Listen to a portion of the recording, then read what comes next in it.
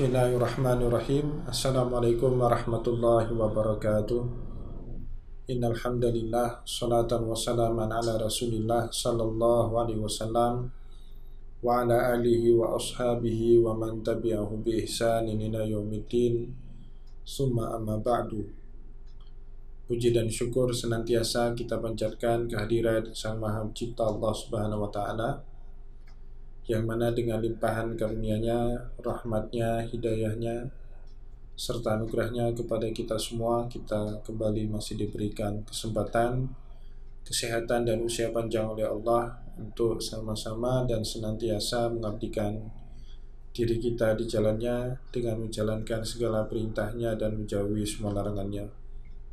Salawat dan salam tidak pernah lupa pula kita haturkan kepada junjungan alam Nabi besar Muhammad sallallahu alaihi wasallam, yang dengan perjuangan beliau dan para sahabat beliau kita dapat mengenal betapa rahmatan lil alamin ajaran agama Islam, sebagaimana yang menjadi keyakinan dan pengetahuan kita bersama.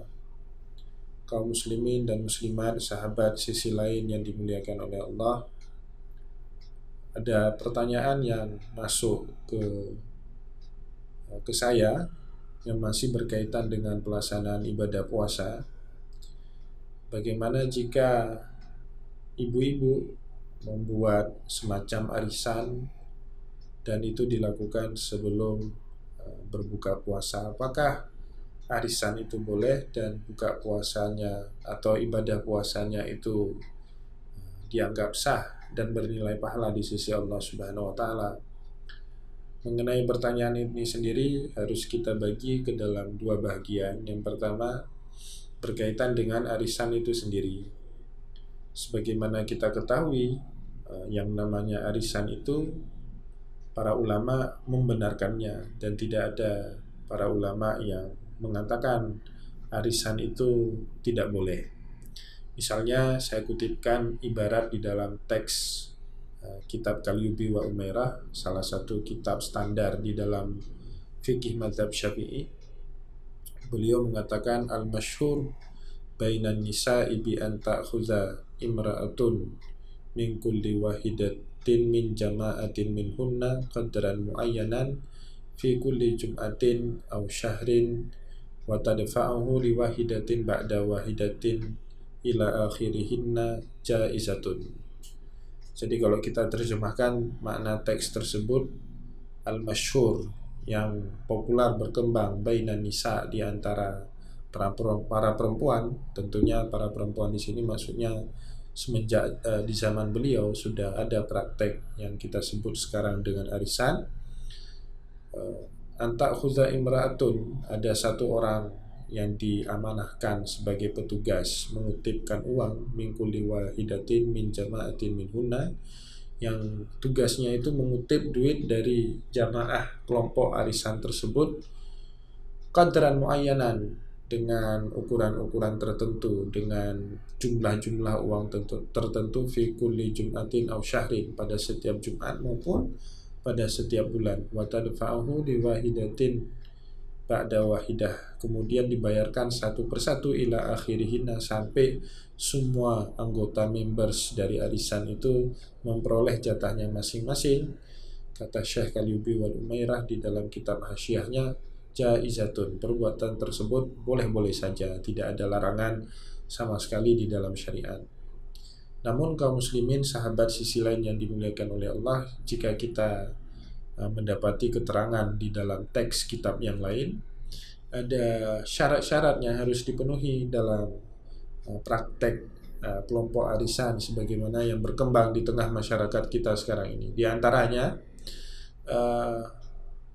yang diamanahkan untuk menjadi ketua daripada members ini harus menjalankan amanah, tidak boleh khianat, dalam artian setelah dia mendapatkan jatahnya kemudian dia tidak lagi melakukan tugasnya, tugas rutin untuk mengutipkan uang sehingga bisa diberikan kepada members-members berikutnya.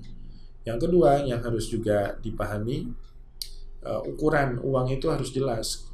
Maka disebut dalam teks tadi qadran muayyanan, harus jelas, misalnya 100.000 rupiah atau 200.000 rupiah Atau jangan sampai nanti ada pihak yang membayar 200.000 sedangkan pihak yang lain bayarannya cuma 100.000 rupiah. Itu jumlah yang tidak jelas. Yang ketiga, ila ajalin musamma, batasannya berapa lama, dikutip 1 bulan atau dikutip 1 Jumat sekali atau 1 minggu sekali, dan kemudian berapa lama arisan itu diselenggarakan itu juga harus jelas. Nah, 3 hal ini yang harus jelas. Tanpa ketiga hal ini, maka transaksi keuangan melalui arisan itu disebut dengan gharar. Gharar maknanya adalah transaksi yang tidak jelas dari kegiatan arisan tersebut. Kaum muslimin sahabat sisi lain yang dimuliakan oleh Allah, jika arisan ini dibuat menjelang buka puasa, ya tidak mengapa, karena hukum dasar arisan itu sendiri tidak dipermasalahkan oleh para ulama. Tentu lebih baik jika buka puasa itu tidak hanya diisi dengan kegiatan-kegiatan arisan yang hanya tarik nomor, kemudian pembagian uang dan penentuan siapa dan di rumah mana arisan kemudian yang akan dilakukan. Bukan hanya sebatas itu, tetapi juga lebih baik diisi dengan kegiatan-kegiatan keagamaan yang lain. Misalnya ada ceramah agama, atau mungkin kita bisa mengadopsi dari tradisi yang berkembang di Mesir. Kebetulan saya lama di Mesir. Di Mesir setiap buka puasa ada tradisi namanya Maidatur Rahman atau hidangan Ar-Rahman, mengutip dari nama Allah Subhanahu wa taala. Salah satu kegiatan yang kita lakukan sebelum kita santap buka puasa bersama, kita tadarusan, dan tadarusan di sini biasanya dibagi satu kelompok itu 30 orang, dan satu-satu orang di setiap kelompok itu memegang 1 juz Al-Quran, sehingga kita baca bersama. Jika dalam kelompok arisan itu ada 30 orang, berarti kita bisa khatam Al-Quran pada setiap kali kita buka puasa. Tapi jika dalam kelompok itu ada 60 orang, berarti ada 2 kelompok. Dalam 1 kali kita berbuka puasa, kita bisa mengkhatam Al-Quran sebanyak 2 kali. Jadi ada hal-hal yang berfaedah yang bisa kita lakukan sesuai dengan spirit di bulan suci Ramadan itu sendiri sebagai Syahrul Quran atau bulan Al-Quran. Allah sendiri yang mengatakan dalam Al-Quran, Syahrul Ramadan alladzi unzila fihil Quran hudan linnas wa bayyinatin minal huda wal furqan. Bulan Ramadan ini adalah bulan Al-Quran, dan Al-Quran itu menjadi hudan linnas, petunjuk bagi manusia, wa bayyinatin minal huda wal furqan, dan menjadi penerang dan Al-Furqan bagi segenap umat manusia. Semoga ada manfaatnya. Wallahu muwaffiq ila aqwamit thariq wa nasrun minallahi fatun qarib. Wassalamualaikum warahmatullahi wabarakatuh.